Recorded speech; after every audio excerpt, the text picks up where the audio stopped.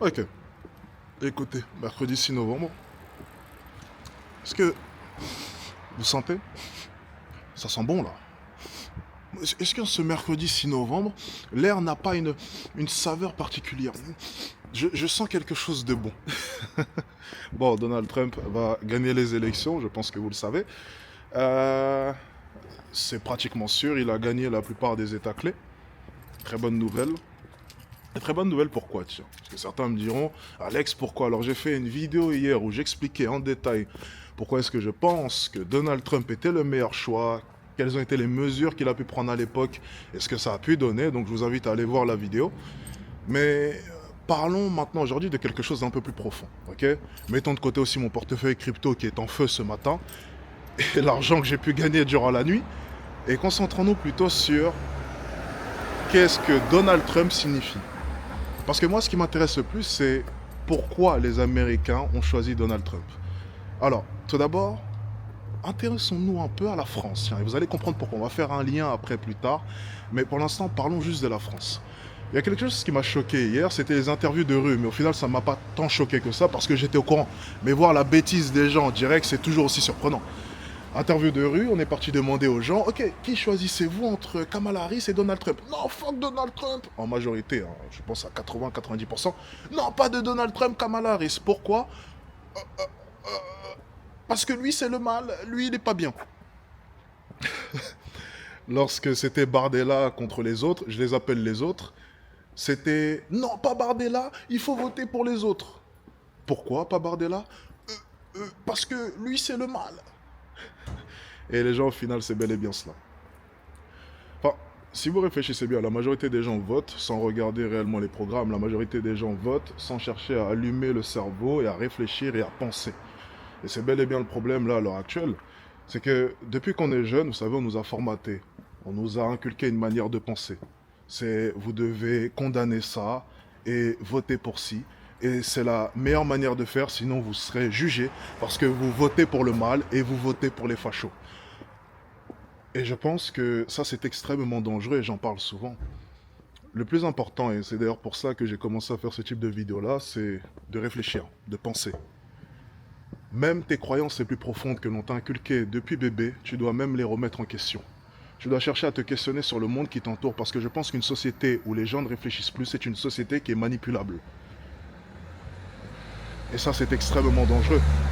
Et c'est d'ailleurs ce qui nous a emmenés dans cette situation, dans l'état actuel des choses, avec une France qui n'avance plus, avec une France qui ne fait que régresser. C'est parce que les gens ont arrêté il y a fort longtemps maintenant de réfléchir. Et forcément, on est manipulable. Et à partir du moment où tu es manipulable, eh bien, on te manipule comme on le souhaite. Dans le bon sens comme dans le mauvais sens. Mais je pense que même dans le bon sens, la manipulation n'est pas forcément une bonne chose. Il peut y avoir des manipulations positives, mais en l'occurrence, tu le sais très bien, l'être humain est mauvais de nature et lorsqu'il a le pouvoir sur toi, il t'emmènera dans le mauvais chemin pour son propre profit. Et c'est exactement ce qui se passe maintenant depuis énormément d'années dans notre système. Et vous le savez. Maintenant, on va s'intéresser à Trump un peu. Qu'est-ce que l'élection de Trump traduit? On a parlé de son mandat hier, comme vous le savez, donc on ne va pas revenir là-dessus. Mais parlons plutôt de l'esprit des Américains. Qu'est-ce qui a poussé les Américains, que ce soit des Afro-Américains ou même des Américains, purs Américains, à voter pour Trump? Eh bien, c'est un ras-le-bol. Voilà ce que ça traduit. Trump, c'est un peu le changement, c'est du renouveau. Et en 2016, ça a été le cas. Ça a été un vent de fraîcheur, du moins pour toutes les personnes qui étaient en mesure de pouvoir allumer leur cerveau.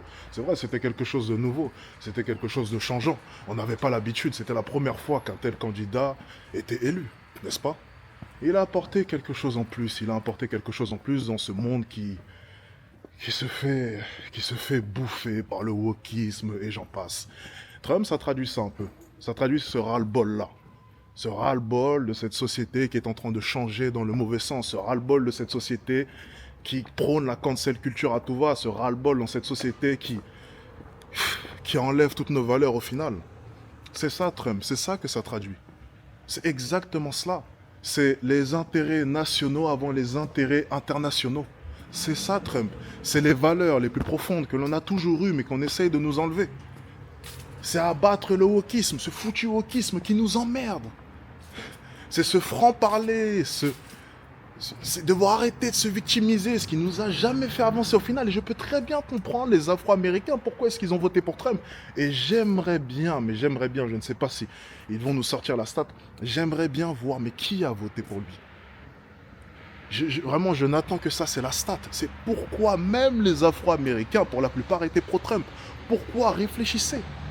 C'est parce que même eux, ils en ont marre de la victimisation, des beaux discours. On veut quelqu'un de puissant, on veut quelqu'un de fort, quelqu'un qui ne cherche pas à se victimiser. Quelqu'un qui sera en mesure de pouvoir avoir de la poigne pour prendre des décisions qui ont réellement de l'impact.